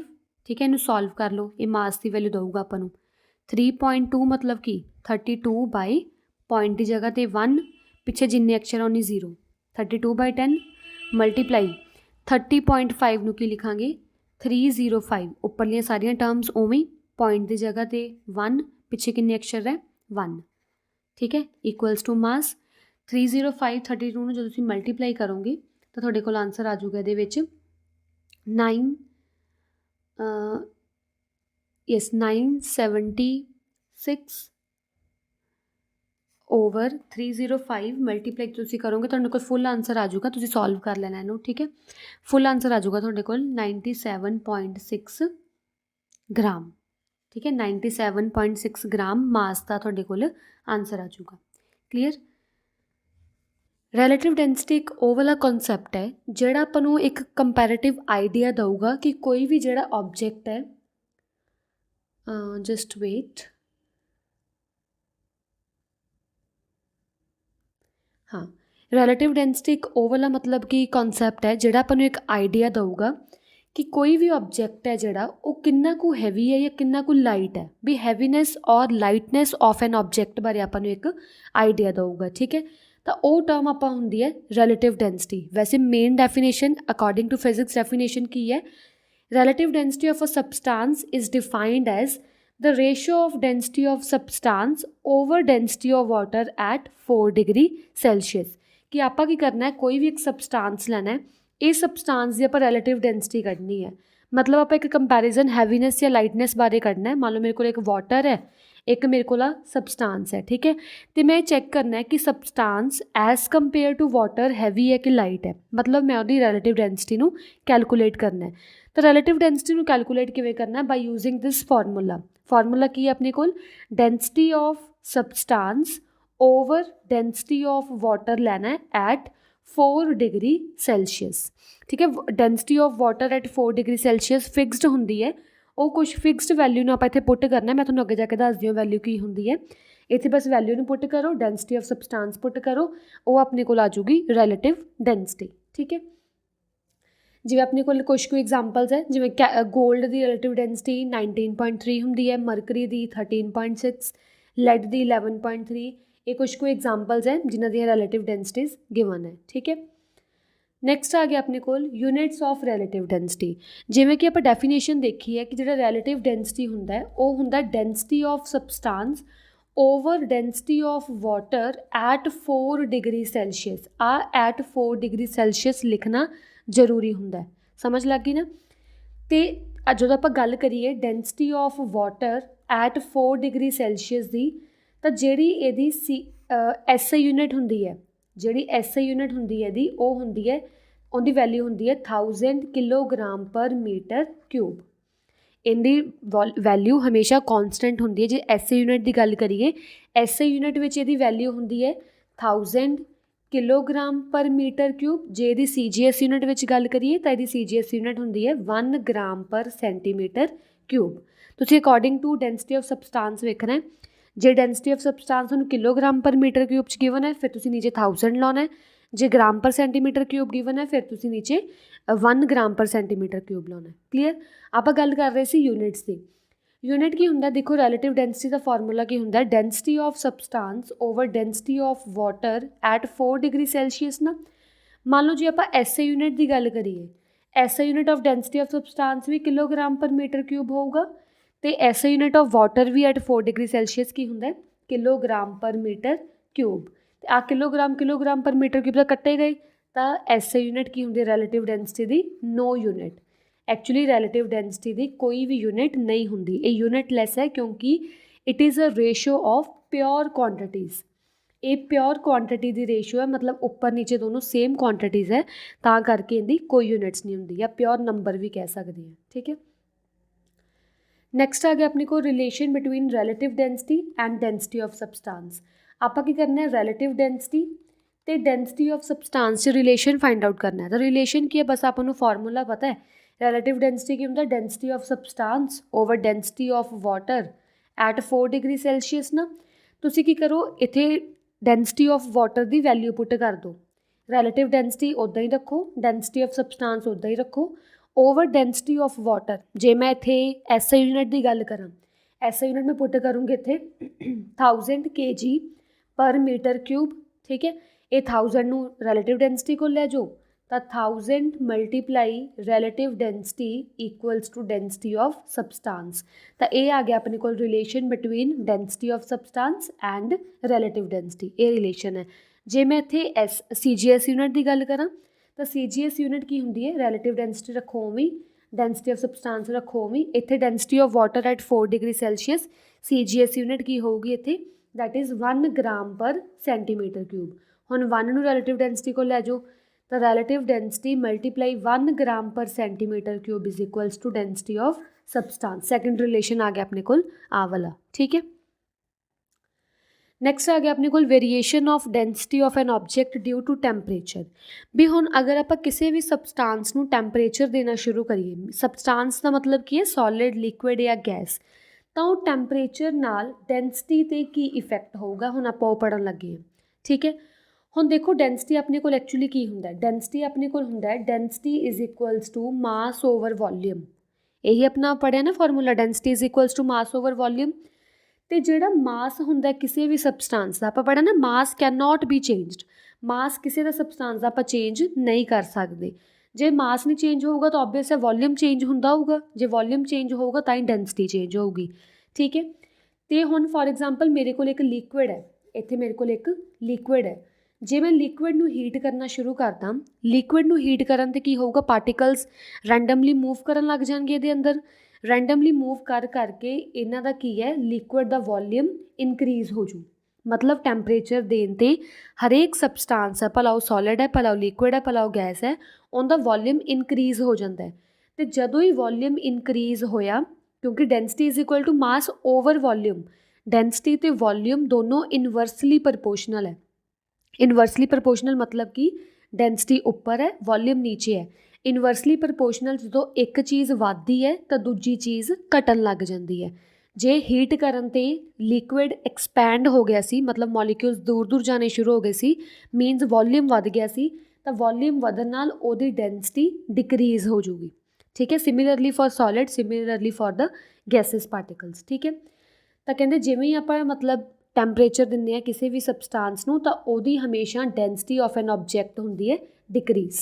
ਠੀਕ ਹੈ, ਤਾਂ ਨੈਕਸਟ ਆ ਗਿਆ ਆਪਣੇ ਕੋਲ, why do we consider density of water at 4 degree Celsius only. ਮੈਂ ਤੁਹਾਨੂੰ ਬਾਰ-ਬਾਰ ਕਹਿ ਰਹੀ ਹਾਂ ਜਿਹੜੀ ਰੈਲੇਟਿਵ ਡੈਂਸਿਟੀ ਹੈ ਉਹ density of substance over density of water at 4 degree Celsius ਹੁੰਦਾ ਹੈ। ਹੁਣ ਇੱਥੇ 4 ਡਿਗਰੀ ਸੈਲਸੀਅਸ ਦਾ ਮਤਲਬ ਕੀ ਹੈ, ਦੇਖੋ ਕਹਿੰਦੇ ਜਿਹੜੀ ਡੈਂਸਿਟੀ ਹੁੰਦੀ ਹੈ ਵਾਟਰ ਦੀ, ਉਹ ਆਪਾਂ ਨੂੰ ਪਤਾ ਹੈ ਵਾਟਰ ਮਤਲਬ ਇੱਕ ਲਿਕੁਇਡ, ਅਤੇ ਜਿਵੇਂ ਜਿਵੇਂ ਆਪਾਂ ਟੈਂਪਰੇਚਰ ਦੇਈ ਜਾਵਾਂਗੇ ਲਿਕੁਇਡ ਨੂੰ, ਉਵੇਂ ਉਵੇਂ ਡੈਂਸਿਟੀ ਚੇਂਜ ਕਰੀ ਚੱਲੂਗੀ, ਡੈਂਸਿਟੀ ਡਿਕਰੀਜ਼ ਕਰਦੀ ਰਹਿੰਦੀ ਹੈ। ਜੇ ਆਪਾਂ ਟੈਂਪਰੇਚਰ ਦੇਵਾਂਗੇ ਡੈਂਸਿਟੀ ਡਿਕਰੀਜ਼ ਕਰ ਜੂ, ਜੇ ਮੈਂ ਟੈਂਪਰੇਚਰ ਉਹਦੇ 'ਚੋਂ ਕੱਢ ਲੂੰਗੀ, ਜੇ ਮੈਂ ਉਹਨੂੰ ਮਤਲਬ ਵੋਲੀਅਮ ਕੰਟਰੈਕਟ ਕਰ ਦੂੰਗੀ, ਕੰਟਰੈਕਟ ਕਰਨ 'ਤੇ ਮਤਲਬ volume density is equal to mass over volume. ਜੇ ਮੈਂ ਇਹਨੂੰ ਕੂਲ ਕਰੂੰਗੀ, ਕੂਲ ਕਰਨ ਦੇ ਪਾਰਟੀਕਲਸ ਨੇੜੇ ਨੇੜੇ ਆ ਜਾਣਗੇ, ਨੇੜੇ ਨੇੜੇ ਆਏ ਮਤਲਬ ਵੋਲੀਅਮ ਡਿਕਰੀਜ਼ ਹੋ ਗਿਆ, ਜੇ ਵੋਲੀਅਮ ਡਿਕਰੀਜ਼ ਹੋ ਗਿਆ ਡੈਂਸਿਟੀ ਉੱਥੇ ਇਨਕਰੀਜ਼ ਕਰ ਜੂਗੀ। ਠੀਕ ਹੈ, ਤਾਂ ਜਿਹੜੀ ਡੈਂਸਿਟੀ ਆਫ ਵਾਟਰ ਹੁੰਦੀ ਹੈ, ਜਿਹੜੀ ਕਿ ਐਸ ਯੂਨਿਟ ਵਿੱਚ ਆਹ ਹੁੰਦੀ ਹੈ, CGS ਯੂਨਿਟ ਵਿੱਚ ਆਹ ਹੁੰਦੀ ਹੈ, ਇਹ ਸਿਰਫ ਡੈਂਸਿਟੀ ਆਫ ਵਾਟਰ ਦੋਨੋਂ ਸ਼ੋ ਹੁੰਦੀਆਂ ਸਿਰਫ 4 ਡਿਗਰੀ ਸੈਲਸੀਅਸ 'ਤੇ, ਤਾਂ ਕਰਕੇ ਆਪਾਂ ਡੈਂਸਿਟੀ ਜਿਹੜੀ ਵਾਟਰ ਦੀ ਉਹ 4 ਡਿਗਰੀ ਸੈਲਸੀਅਸ ਹੀ ਯੂਜ਼ ਕਰਦੇ ਹਾਂ। ਠੀਕ ਹੈ, ਨੈਕਸਟ ਇਹਦੇ ਵਿੱਚ ਦੱਸਿਆ ਹੋਇਆ, ਇਹ ਮੈਂ ਤੁਹਾਨੂੰ ਸਮਝਾ ਚੁੱਕੀ ਹਾਂ ਆਲਰੇਡੀ, ਕਿ ਜੇ ਟੈਂਪਰੇਚਰ ਇਨਕਰੀਜ਼ ਹੋਇਆ ਡੈਂਸਿਟੀ ਡਿਕਰੀਜ਼ ਹੋ ਜੂ, ਜੇ ਟੈਂਪਰੇਚਰ ਡਿਕਰੀਜ਼ ਹੋ ਗਿਆ, ਜੇ ਪਾਰਟੀਕਲਸ ਨੇੜੇ ਨੇੜੇ ਆ ਗਏ, ਪਾਰਟੀਕਲਸ ਨੇੜੇ ਨੇੜੇ ਆਉਣ ਨਾਲ ਡੈਂਸਿਟੀ ਇਨਕਰੀਜ਼ ਹੋ ਜੂਗੀ। ਠੀਕ ਹੈ, ਨੈਕਸਟ ਆ ਗਿਆ ਆਪਣੇ ਕੋਲ very important question, floating and sinking. Floating and sinking process ਵਿੱਚ ਕੀ ਹੈ, ਧਿਆਨ ਨਾਲ ਦੇਖੋ, ਕਹਿੰਦੇ when an object is placed over a liquid whose density is less than that of density of object। ਮੰਨ ਲਓ ਮੇਰੇ ਕੋਲ ਇੱਕ ਲਿਕੁਇਡ ਹੈ, ਮੰਨ ਲਓ ਮੇਰੇ ਕੋਲ ਪਾਣੀ ਹੋਈ ਹੈ, ਪਾਣੀ ਵਿੱਚ ਮੈਂ ਇੱਕ ਇੱਦਾਂ ਦਾ ਸਬਸਟਾਂਸ ਪਾਉਣ ਲੱਗੀ ਹੈ, ਇਸ ਸਬਸਟਾਂਸ ਦੀ density as compare to water ਜ਼ਿਆਦਾ ਹੈ। ਫੋਰ ਐਗਜ਼ਾਮਪਲ ਵਾਟਰ ਦੀ ਜਿਹੜੀ ਡੈਂਸਿਟੀ ਹੈ ਉਹ ਹੁੰਦੀ ਹੈ 1000, ਫੋਰ ਐਗਜ਼ਾਮਪਲ ਹੀ ਹੁੰਦੀ ਹੋਈ ਹੈ density of water 1000 kilogram per metre cube ਔਰ 1 gram per centimetre cube. Water ਦੀ ਡੈਂਸਿਟੀ ਇੰਨੀ ਹੀ ਹੁੰਦੀ ਹੈ। ਜੇ ਫੋਰ ਐਗਜ਼ਾਮਪਲ ਮੰਨ ਲਓ ਮੈਂ ਆਇਰਨ ਲੈ ਲਈ, ਮੈਂ ਆਇਰਨ ਦਾ ਪੀਸ ਲੈ ਲਿਆ, ਅਗਰ ਤੁਸੀਂ ਚੈੱਕ ਕੀਤਾ ਹੋਵੇ ਟੇਬਲ ਵਿੱਚ, ਤਾਂ ਆਇਰਨ ਦੀ ਜਿਹੜੀ ਡੈਂਸਿਟੀ ਹੁੰਦੀ ਹੈ, ਆਇਰਨ ਡੈਂਸਿਟੀ ਹੁੰਦੀ ਹੈ 7800 ਕਿਲੋਗ੍ਰਾਮ ਪਰ ਮੀਟਰ ਕਿਊਬ। ਹੁਣ ਦੇਖੋ ਵਾਟਰ ਦੀ ਡੈਂਸਿਟੀ ਜ਼ਿਆਦਾ ਹੈ ਕਿ ਆਇਰਨ ਦੀ ਡੈਂਸਿਟੀ ਜ਼ਿਆਦਾ ਹੈ, ਤਾਂ ਓਬਵੀਅਸ ਆਪਾਂ ਨੂੰ ਦਿਖ ਰਿਹਾ ਆਇਰਨ ਦੀ ਡੈਂਸਿਟੀ ਜ਼ਿਆਦਾ ਹੈ। ਜੇ ਤਾਂ ਸਬਸਟਾਂਸ ਦੀ density as compare to liquid ਜ਼ਿਆਦਾ ਹੋਵੇ, ਉਹ ਸਬਸਟਾਂਸ ਹਮੇਸ਼ਾ ਸਿੰਕ ਕਰਦਾ, ਉਹ ਸਬਸਟਾਂਸ ਹਮੇਸ਼ਾ ਨੀਚੇ ਬੈਠ ਜਾਂਦਾ। ਦੇਖੋ ਆਇਰਨ ਨੇਲ ਹੈ ਵਾਟਰ ਵਿੱਚ ਸਿੰਕ ਕਰ ਗਈ, ਨੀਚੇ ਜਾ ਕੇ ਬੈਠ ਗਈ। ਬਟ ਜੇ ਮੈਂ ਇਹੀ ਗੱਲ ਕਰਾਂ ਕੌਰਕ ਦੀ, ਆਹ ਵਾਲਾ ਕੌਰਕ ਹੈ ਜਿਹੜਾ ਮੇਰੇ ਕੋਲ ਇੱਕ ਵੁਡਨ ਕੌਰਕ ਹੈ, ਇਹ ਕੌਰਕ ਦੀ density as compare to water ਘੱਟ ਹੁੰਦੀ ਹੈ, ਅਤੇ ਜਿਹੜੇ ਸਬਸਟਾਂਸ ਦੀ density as compare to water ਘੱਟ ਹੋਊਗੀ, ਉਹ ਸਬਸਟਾਂਸ ਫਲੋਟ ਕਰਨ ਲੱਗ ਜੂਗਾ। ਸਮਝ ਲੱਗ ਗਿਆ ਸਿੰਕ ਅਤੇ ਫਲੋਟ ਦਾ ਪਰਪਸ। ਜੇ ਤਾਂ ਸਬਸਟਾਂਸ ਦੀ ਡੈਂਸਿਟੀ, ਸਬਸਟਾਂਸ ਦੀ ਡੈਂਸਿਟੀ ਜ਼ਿਆਦਾ ਹੈ ਪਾਣੀ ਨਾਲੋਂ, ਉਹ ਥੱਲੇ ਬੈਠ ਜੂਗੀ, ਜੇ ਸਬਸਟਾਂਸ ਦੀ ਡੈਂਸਿਟੀ ਘੱਟ ਹੈ ਤਾਂ ਉਹ ਫਲੋਟ ਕਰਨ ਲੱਗ ਜੂਗੀ। ਠੀਕ ਹੈ, ਇਹ ਫਲੋਟ ਦੀ ਗੱਲ ਆ ਗਈ। When an object is placed in liquid whose density is more, ਵੀ ਜਿਹੜਾ ਆਬਜੈਕਟ ਹੈ, when an object is placed in liquid, liquid ਦੀ ਡੈਂਸਿਟੀ ਮੋਰ ਹੈ, in a liquid whose density is more. ਜੇ ਲਿਕੁਇਡ ਦੀ ਡੈਂਸਿਟੀ ਜ਼ਿਆਦਾ ਹੈ but object the density ਘੱਟ ਹੈ, ਆਬਜੈਕਟ ਦੀ ਡੈਂਸਿਟੀ ਘੱਟ ਮਤਲਬ ਉਹ ਫਲੋਟ ਕਰੂਗਾ। ਨੈਕਸਟ ਆ ਗਿਆ principle of flotation. Principle of flotation ਵੀ ਕਾਫੀ ਇੰਪੋਰਟੈਂਟ ਕੁਐਸਚਨ ਹੈ, ਸੇਮ ਉਹੀ ਹੈ ਜੋ ਮੈਂ ਤੁਹਾਨੂੰ ਹੁਣੇ ਬੋਲ ਕੇ ਹਟੀ ਹਾਂ, ਧਿਆਨ ਨਾਲ ਦੇਖ ਲਓ। According to principle of flotation, a solid will sink in a liquid if its density is more than density of liquid. ਇੱਕ ਸੋਲਿਡ ਉਦੋਂ ਨੀਚੇ ਬੈਠ ਜੂਗਾ, ਸਿੰਕ ਕਰ ਜੂਗਾ, ਜਦੋਂ ਉਹਦੀ ਡੈਂਸਿਟੀ ਜ਼ਿਆਦਾ ਹੋਊਗੀ ਐਜ਼ ਕੰਪੇਅਰ ਟੂ ਲਿਕੁਇਡ, ਅਤੇ ਇੱਕ ਸਬਸਟਾਂਸ ਉਦੋਂ ਫਲੋਟ ਕਰੂਗਾ ਜਦੋਂ ਉਹਦੀ ਡੈਂਸਿਟੀ ਘੱਟ ਹੋਊਗੀ ਐਜ਼ ਕੰਪੇਅਰ ਟੂ ਲਿਕੁਇਡ, ਅਤੇ ਇਹੀ ਆਪਣੇ ਕੋਲ ਹੁੰਦਾ ਪ੍ਰਿੰਸੀਪਲ ਆਫ ਫਲੋਟੇਸ਼ਨ। ਨੈਕਸਟ ਆ ਗਈ ਇਹਦੀ ਐਪਲੀਕੇਸ਼ਨਸ। ਫਸਟ ਐਪਲੀਕੇਸ਼ਨ ਕੀ ਹੈ ਕਿ ਜਿਹੜੀ ਡੈਂਸਿਟੀ ਹੁੰਦੀ ਹੈ ਆਈਸ ਦੀ, ਉਹ ਲੈਸ ਹੁੰਦੀ ਹੈ ਡੈਂਸਿਟੀ ਆਫ ਵਾਟਰ ਨਾਲੋਂ। ਜੇ ਡੈਂਸਿਟੀ ਆਫ ਆਈਸ ਲੈਸ ਹੈ, ਮਤਲਬ ਆਈਸ ਕੀ ਹੈ ਫਲੋਟ ਕਰੂਗੀ, ਤਾਂ ਹੀ ਕਰਕੇ ਜਿਹੜੀਆਂ ਹਿਊਜ ਮਾਸ ਆਫ ਆਈਸਬਰਗ ਹੁੰਦੇ ਆ ਨਾ, ਜਿਹੜੇ ਵੱਡੇ ਵੱਡੇ ਮਾਸ ਆਫ ਆਈਸ ਹੁੰਦੀ ਹੈ, ਇਹਨੂੰ ਆਈਸਬਰਗ ਬੋਲਦੇ ਆ, ਇਹ ਹਮੇਸ਼ਾ ਫਲੋਟ ਕਰਦੇ ਆ ਵਾਟਰ ਵਿੱਚ। ਠੀਕ ਹੈ, ਨੈਕਸਟ ਆਪਣੇ ਕੋਲ density of iron is much more than density of water. For example ਮੇਰੇ ਕੋਲ ਇੱਕ ਆਇਰਨ ਨੀਡਲ ਹੈ, ਜੇ ਮੈਂ ਆਇਰਨ ਨੀਡਲ ਨੂੰ ਪਾਣੀ ਵਿੱਚ ਪਾ ਦੂੰਗੀ ਤਾਂ ਆਇਰਨ ਨੀਡਲ ਕੀ ਕਰੂਗੀ, ਸਿੰਕ ਕਰ ਜੂਗੀ, ਫਲੋਟ ਕਰੂਗੀ। ਆਪਾਂ ਹੁਣੇ ਪੜ੍ਹ ਕੇ ਹਟੇ ਹਾਂ ਜਿਹੜੀ ਆਇਰਨ ਹੈ ਉਹ ਹਮੇਸ਼ਾ ਸਿੰਕ ਕਰਦੀ ਹੈ, ਬਟ ਕਦੋਂ ਸੋਚਿਆ ਜਿਹੜੀਆਂ ਆਇਰਨ ਸ਼ਿਪਸ ਹੁੰਦੀਆਂ, ਆ ਜਿਹੜੀ ਆਇਰਨ ਸ਼ਿਪ ਹੈ ਇਹ ਫਲੋਟ ਕਾਹਤੋਂ ਕਰਦੀ ਹੈ, ਨਿੱਕੀ ਜੀ ਆਇਰਨ ਦੀ ਨੇਲ ਤਾਂ ਸਿੰਕ ਕਰ ਜਾਂਦੀ ਹੈ, ਬਟ ਐਡੀ ਵੱਡੀ ਜਿਹੜੀ ਆਇਰਨ ਦੀ ਸ਼ਿਪ ਹੈ ਉਹ ਫਲੋਟ ਕਰ ਰਹੀ ਹੈ। ਕਿਉਂ? ਧਿਆਨ ਨਾਲ ਦੇਖੋ, ਜਿਹੜੀ ਆਇਰਨ ਦੀ ਸ਼ਿਪ ਹੈ, ਆਇਰਨ ਦੀ ਸ਼ਿਪ ਦਾ ਜਿਹੜਾ ਵੋਲੀਅਮ ਹੈ ਉਹ ਬਹੁਤ ਜ਼ਿਆਦਾ ਹੁੰਦਾ। ਵੋਲੀਅਮ ਮਤਲਬ ਇੱਦਾਂ, ਮਤਲਬ ਪੂਰਾ ਜਿਹੜਾ ਸਪੇਸ ਆਕੂਪਾਈ ਕਰ ਰਹੀ ਹੈ ਸ਼ਿਪ, ਉਹ ਵੋਲੀਅਮ ਹੈ ਜਿਹੜਾ ਆਇਰਨ ਸ਼ਿਪ ਦਾ ਉਹ ਜ਼ਿਆਦਾ ਹੈ ਐਜ਼ ਕੰਪੇਅਰ ਟੂ ਉਹਦਾ ਮਾਸ। ਕਿਉਂਕਿ ਜਿਹੜੀ ਆਇਰਨ ਸ਼ਿਪ ਹੁੰਦੀ ਹੈ ਨਾ ਉਹ ਅੰਦਰੋਂ ਹੌਲੋ ਹੁੰਦੀ ਹੈ, ਅੰਦਰੋਂ ਹੌਲੋ ਹੋਣ ਕਰਕੇ ਉਹਦਾ ਮਾਸ ਇੰਨਾ ਜ਼ਿਆਦਾ ਨਹੀਂ ਹੁੰਦਾ। ਠੀਕ ਹੈ, ਤਾਂ ਆਪਾਂ ਕੀ ਪੜ੍ਹਿਆ ਸੀਗਾ, density is equals to mass over volume. Iron ਦੀ ਸ਼ਿਪ ਦਾ ਵੋਲੀਅਮ ਜ਼ਿਆਦਾ ਹੋਣ ਕਰਕੇ ਉਹਦੀ ਡੈਂਸਿਟੀ ਘੱਟ ਹੁੰਦੀ ਹੈ, ਤਾਂ ਡੈਂਸਿਟੀ ਘੱਟ ਹੁੰਦੀ ਹੈ ਆਈਦਰ ਕਿ ਵਾਟਰ ਨਾਲੋਂ ਵੀ ਘੱਟ ਜਾਂਦੀ ਹੈ, ਤਾਂ ਕਰਕੇ ਉਹ ਕੀ ਹੈ, ਫਲੋਟ ਕਰਨਾ ਸ਼ੁਰੂ ਕਰ ਜਾਂਦੀ ਹੈ। ਕਲੀਅਰ? ਇੱਥੇ ਤੁਸੀਂ ਲਿਖੋਗੇ ਕਿ ਇਫੈਕਟਿਵ ਡੈਂਸਿਟੀ ਜਿਹੜੀ ਹੁੰਦੀ ਹੈ ਉਹ ਘੱਟ ਹੁੰਦੀ ਹੈ ship the as compare to water, ਤਾਂ ਇਫੈਕਟਿਵ ਡੈਂਸਿਟੀ ਕਰਕੇ ਉਹਦਾ ਕੀ ਆ, ਉਹਨੂੰ ਫਲੋਟ ਕਰਨਾ ਹੁੰਦਾ ਹੈ। ਇਫੈਕਟਿਵ ਡੈਂਸਿਟੀ ਮਤਲਬ ਕਿ ਉਹੀ ਕਿ ਅੰਦਰੋਂ ਹੌਲੋ ਹੈ, ਬਾਹਰੋਂ ਉਹਦਾ ਕੀ ਹੈ, ਵੋਲੀਅਮ ਜ਼ਿਆਦਾ ਹੈ, ਤਾਂ ਉਹ ਇਫੈਕਟਿਵ ਡੈਂਸਿਟੀ ਉਹਦੀ ਘੱਟ ਹੁੰਦੀ ਹੈ। ਨੈਕਸਟ ਆ ਗਿਆ ਸਬਮਰੀਨਸ। ਇੱਦਾਂ ਦੀਆਂ ਹੁੰਦੀਆਂ ਸਬਮਰੀਨਸ। ਸਬਮਰੀਨਸ ਕੀ ਹੁੰਦਾ, ਐਕਚੁਅਲੀ ਪਾਣੀ ਵਿੱਚ ਸਬਮਰੀਨ ਜਾਂ ਤਾਂ ਨੀਚੇ ਵੀ ਮਤਲਬ ਫਲੋਟ ਕਰ ਸਕਦੀ ਹੈ ਜਾਂ ਸਬਮਰੀਨ ਪਾਣੀ ਦੇ ਉੱਪਰ ਵੀ ਫਲੋਟ ਕਰ ਸਕਦੀ ਹੈ। ਠੀਕ ਹੈ, ਤਾਂ ਸਬਮਰੀਨ ਕੀ ਕਰਦਾ ਹੈ, ਆਪਦੀ ਇਫੈਕਟਿਵ ਡੈਂਸਿਟੀ ਨੂੰ ਅਕੋਰਡਿੰਗਲੀ ਇਨਕਰੀਜ਼ ਜਾਂ ਡਿਕਰੀਜ਼ ਕਰ ਦਿੰਦਾ ਹੈ। ਕਈ ਵਾਰੀ ਤਾਂ ਉਹ ਮਤਲਬ ਡੈਂਸਿਟੀ ਨੂੰ ਇਨਕਰੀਜ਼ ਕਰਕੇ ਨੀਚੇ ਨੂੰ ਮਤਲਬ ਜਾਂਦਾ, ਸਿੰਕ ਹੋ ਕੇ ਜਾਂਦਾ ਹੈ। ਕਈ ਵਾਰੀ ਇਹਦੇ ਵਿੱਚੋਂ ਜੋ ਵੀ ਮਤਲਬ ਆਪਾਂ ਅੱਗੇ ਪੜ੍ਹਾਂਗੇ ਪਲਿਸਮੋ ਲਾਈਨਸ ਵਗੈਰਾ, ਇਹ ਆਪਦੀ ਅੰਦਰੋਂ ਕੀ ਹੈ, ਵੈਸੇ ਹਾਇਰ ਕਲਾਸਿਸ ਵਿੱਚ ਆਊਗਾ ਬਟ ਸਟਿਲ ਮੈਂ ਤੁਹਾਨੂੰ ਥੋੜ੍ਹਾ ਦੱਸ ਦਿੰਦੀ ਹਾਂ। ਇਹਦੇ ਵਿੱਚ ਕੁਛ ਏਅਰ ਪਾਰਟੀਕਲਸ ਜਾਂ ਵਾਟਰ ਪਾਰਟੀਕਲਸ ਟਰੈਪਡ ਹੁੰਦੇ ਆ। ਜਦੋਂ ਤਾਂ ਇਹਨੂੰ ਚਾਹੀਦਾ ਹੁੰਦਾ ਕਿ ਮੈਂ ਨੀਚੇ ਸਿੰਕ ਕਰਨਾ ਹੈ, ਉਦੋਂ ਏਅਰ ਪਾਰਟੀਕਲਸ ਨੂੰ ਆਪਦੇ ਅੰਦਰ ਖਿੱਚ ਲੈਂਦਾ, ਅਦਰਵਾਈਜ਼ ਇਹ ਆਪਦੇ ਚੋਂ ਬਾਹਰ ਕੱਢ ਦਿੰਦਾ। ਕੁਛ ਇੱਦਾਂ ਦਾ ਪ੍ਰੋਸੈਸ ਹੁੰਦਾ, ਹਾਇਰ ਕਲਾਸਿਸ ਵਿੱਚ ਪੜ੍ਹਾਂਗੇ। ਤੁਸੀਂ ਸਿਰਫ ਇੰਨਾ ਯਾਦ ਰੱਖਣਾ ਹੈ ਕਿ ਜਿਹੜਾ ਸਬਮਰੀਨ ਹੈ ਉਹ ਆਪਦੀ ਰਿਲੇਟਿਵ ਡੈਂਸਿਟੀ ਹੈ, ਇਫੈਕਟਿਵ ਡੈਂਸਿਟੀ ਕੀ ਹੈ, ਇਨਕਰੀਜ਼ ਜਾਂ ਡਿਕਰੀਜ਼ ਕਰ ਲੈਂਦਾ ਅਕੋਰਡਿੰਗ ਟੂ ਕਨਵੀਨੀਅੰਸ, ਤਾਂ ਕਰਕੇ ਜਿਹੜਾ ਸਬਮਰੀਨ ਹੈ ਉਹ ਸਿੰਕ ਜਾਂ ਫਲੋਟ ਕਰਦਾ ਰਹਿੰਦਾ ਸੀ ਵਾਟਰ ਦੇ ਵਿੱਚ। ਠੀਕ ਹੈ, ਨੈਕਸਟ ਕੁਐਸਚਨ ਹੈ, a fish has air bladder in her body, it sucks air. ਇਹਦੇ ਵਿੱਚ ਕਿਹਾ ਕਿ ਜਿਹੜੀ ਫਿਸ਼ ਹੈ, ਫਿਸ਼ ਦੇ ਅੰਦਰ ਕੀ ਹੈ, ਏਅਰ ਬਲੈਡਰਸ ਲੱਗੇ ਹੁੰਦੇ ਆ ਬੋਡੀ ਦੇ ਅੰਦਰ। ਫਿਸ਼ ਦੀ ਬੋਡੀ ਦੇ ਅੰਦਰ ਏਅਰ ਬਲੈਡਰਸ ਹੁੰਦੇ ਆ। ਏਅਰ ਬਲੈਡਰ ਦਾ ਕੰਮ ਕੀ ਹੈ ਕਿ ਜਦੋਂ ਤਾਂ ਉਹਨੂੰ ਏਅਰ ਦੀ ਲੋੜ ਹੁੰਦੀ ਹੈ ਉਸ ਟਾਈਮ ਉਹ ਉਹਨਾਂ ਵਿੱਚ ਏਅਰ ਨੂੰ ਫਿਲ ਕਰ ਲੈਂਦੀ ਹੈ। ਫਿਲ ਕਰਨ 'ਤੇ ਏਅਰ ਦਾ ਕੀ ਹੁੰਦਾ, ਜਿਹੜੀ ਉਹਦੀ ਇਫੈਕਟਿਵ ਡੈਂਸਿਟੀ ਹੈ ਉਹ ਘਟ ਜਾਂਦੀ ਹੈ। ਇਫੈਕਟਿਵ ਡੈਂਸਿਟੀ ਘਟਣ 'ਤੇ ਉਹ ਫਲੋਟ ਕਰਨ ਲੱਗ ਜਾਂਦੀ ਹੈ। ਬਟ ਜਿਵੇਂ ਉਹ ਏਅਰ ਨੂੰ ਆਪਦੇ ਚੋਂ ਬਾਹਰ ਕੱਢ ਦਿੰਦੀ ਹੈ ਏਅਰ ਬਲੈਡਰਸ ਚੋਂ, ਉੱਥੇ ਉਹਦੀ ਡੈਂਸਿਟੀ ਜ਼ਿਆਦਾ ਹੋ ਜਾਂਦੀ ਹੈ। ਡੈਂਸਿਟੀ ਜ਼ਿਆਦਾ ਹੋਣ ਕਰਕੇ ਉਹ ਸਿੰਕ ਕਰ ਜਾਂਦੀ ਹੈ ਵਾਟਰ ਦੇ ਵਿੱਚ। ਤਾਂ ਫਿਸ਼ ਵੀ ਕੀ ਹੈ, ਆਪਦੀ ਅਕੋਰਡਿੰਗ ਕਨਵੀਨੀਅੰਸ ਦੇ ਅਕੋਰਡਿੰਗ ਉਹ ਫਲੋਟ ਜਾਂ ਸਿੰਕ ਕਰ ਸਕਦੀ ਹੈ ਵਾਟਰ ਦੇ ਵਿੱਚ। ਨੈਕਸਟ ਆ ਗਿਆ ਇਨਵਰਟਰਸ ਦੇ ਵਿੱਚ, ਜਿਹੜੇ ਆਪਾਂ ਘਰਾਂ ਵਿੱਚ ਇਨਵਰਟਰ ਯੂਜ਼ ਕਰਦੇ ਹਾਂ ਉਹਦੇ ਵਿੱਚ ਐਸਿਡ ਬੈਟਰੀ ਹਾਈਡਰੋਮੀਟਰ ਆਪਾਂ ਇੱਕ ਇੰਸਟਰੂਮੈਂਟ ਯੂਜ਼ ਕਰਦੇ ਹਾਂ। ਮਾਈਟ ਵੀ ਤੁਸੀਂ ਦੇਖਿਆ ਹੋਊਗਾ ਜਿਹਦੇ ਵਿੱਚ ਆਪਾਂ ਪਾਣੀ ਭਰਦੇ ਹੁੰਦੇ ਹਾਂ, ਇਹਨੂੰ ਆਹ ਚੀਜ਼ ਨੂੰ ਖੋਲ੍ਹ ਕੇ ਆਪਾਂ ਅੰਦਰ ਪਾਣੀ ਭਰਦੇ ਹੁੰਦੇ ਹਾਂ। ਤਾਂ ਆਹ ਐਸਿਡ ਬੈਟਰੀ ਹਾਈਡਰੋਮੀਟਰ ਦਾ ਕੰਮ ਕੀ ਹੁੰਦਾ, ਇਹ ਚੈੱਕ ਕਰਦਾ ਕਿ ਜਿਹੜਾ ਆਪਣਾ ਉਹ ਇਨਵਰਟਰ ਹੈ ਉਹਦੇ ਵਿੱਚ ਐਸਿਡ ਸੋਲਿਊਸ਼ਨ ਦੀ ਡੈਂਸਿਟੀ ਕਿੰਨੀ ਕੁ ਹੈ। ਠੀਕ ਹੈ, ਅਤੇ ਇਹ ਕੰਮ ਕਿਵੇਂ ਕਰਦਾ, ਪ੍ਰਿੰਸੀਪਲ ਆਫ ਫਲੋਟੇਸ਼ਨ 'ਤੇ। ਮਤਲਬ ਜਦੋਂ ਤਾਂ ਇਹਦੀ ਡੈਂਸਿਟੀ ਘੱਟ ਜਾਂਦੀ ਉਦੋਂ ਫਲੋਟ ਕਰਨ ਲੱਗ ਜਾਂਦਾ, ਜਦੋਂ ਡੈਂਸਿਟੀ ਜ਼ਿਆਦਾ ਹੁੰਦੀ ਪਾਣੀ ਦੇ ਅੰਦਰ ਉਦੋਂ ਇਹ ਸਿੰਕ ਕਰ ਜਾਂਦਾ। ਨੈਕਸਟ ਆ ਗਿਆ ਆਪਣੇ ਕੋਲ ਲੈਕਟੋਮੀਟਰ।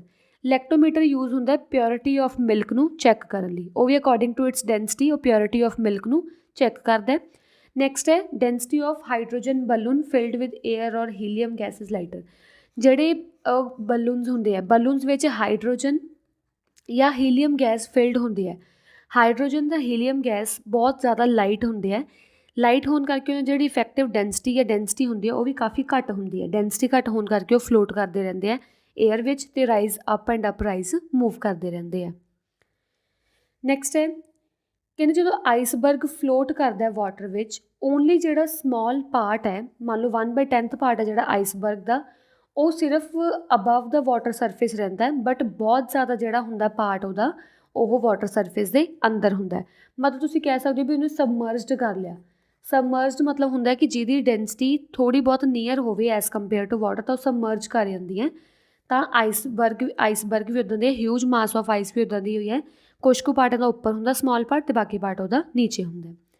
ਨੈਕਸਟ ਆ ਗਿਆ ਮਾਰਕਿੰਗਸ ਆਰ ਪ੍ਰੋਵਾਈਡਡ ਅਰਾਊਂਡ ਦ ਹੱਲ ਆਫ ਸ਼ਿਪ। ਇੱਕ ਨਾ ਸ਼ਿਪ ਦੇ ਅਰਾਊਂਡ ਇੱਥੇ ਹੱਲ ਹੁੰਦੇ ਆ, ਮਤਲਬ ਕੁਛ ਮਾਰਕਿੰਗ ਗਿਵਨ ਹੁੰਦੀ ਹੈ। ਉਹ ਮਾਰਕਿੰਗ ਕਿਉਂ ਹੁੰਦੀ ਹੈ? ਉਹ ਮਾਰਕਿੰਗ ਐਕਚੁਅਲੀ ਦੱਸਦੀ ਹੁੰਦੀ ਹੈ ਕਿ ਜਿਹੜੀ ਸ਼ਿਪ ਹੈ ਉਹ ਸੀ ਵਾਟਰ ਦੇ ਅੰਦਰ ਕਿੰਨੀ ਕੁ ਸਬਮਰਜਡ ਹੋ ਚੁੱਕੀ ਹੈ, ਕਿੰਨੀ ਕੁ ਸੀ ਵਾਟਰ ਦੇ ਅੰਦਰ ਜਾ ਚੁੱਕੀ ਹੈ, ਉਹ ਆਪਾਂ ਨੂੰ ਹੱਲ ਮਾਰਕ ਤੋਂ ਪਤਾ ਲੱਗਦਾ। ਇਹਨਾਂ ਮਾਰਕਿੰਗ ਨੂੰ ਆਪਾਂ ਪਲਿਸਮੋਲ ਲਾਈਨਸ ਵੀ ਬੋਲਦੇ ਹਾਂ, ਠੀਕ ਹੈ। If a ship is loaded beyond the recommended level it may sink or overturn in the rough ਸੀ। ਜੇ ਮੰਨ ਲਓ ਆਪਣੇ ਕੋਲ ਸ਼ਿਪ ਹੈ, ਮੈਂ ਤੁਹਾਨੂੰ ਦੱਸਿਆ ਸੀ ਨਾ ਸ਼ਿਪ ਦੇ ਅੰਦਰ ਮਾਸ ਕਾਫੀ ਘੱਟ ਹੁੰਦਾ ਹੈ, ਹੌਲੋ ਹੁੰਦੀ ਹੈ ਸ਼ਿਪ ਅੰਦਰੋਂ। ਜੇ ਮੈਂ ਸ਼ਿਪ ਨੂੰ ਕੋਈ ਜ਼ਿਆਦਾ ਹੀ ਓਵਰਲੋਡ ਕਰ ਦੂੰਗੀ, ਓਵਰਲੋਡ ਕਰਨ ਤੋਂ ਉਹਦਾ ਮਾਸ ਵਧਾ ਦੂੰਗੀ, ਤਾਂ density is equal to mass over volume. Mass ਵੱਧ ਗਿਆ ਮਤਲਬ ਉਹਦੀ ਡੈਂਸਿਟੀ ਵੱਧ ਗਈ। ਜੇ ਡੈਂਸਿਟੀ ਵੱਧ ਗਈ ਤਾਂ ਸ਼ਿਪ ਕੀ ਹੈ, ਸਿੰਕ ਕਰ ਸਕਦੀ ਹੈ। ਸਿੰਕ ਕਰਨ 'ਤੇ ਉਹ ਕਿਸੇ ਹੋਰ ਗਲਤ ਰਾਹ 'ਤੇ ਜਾਂ ਕੋਈ ਹੋਰ ਮਤਲਬ ਜਾ ਕੇ ਕਿਤੇ ਸਟਰਾਈਕ ਕਰ ਸਕਦੀ ਹੈ, ਠੀਕ ਹੈ।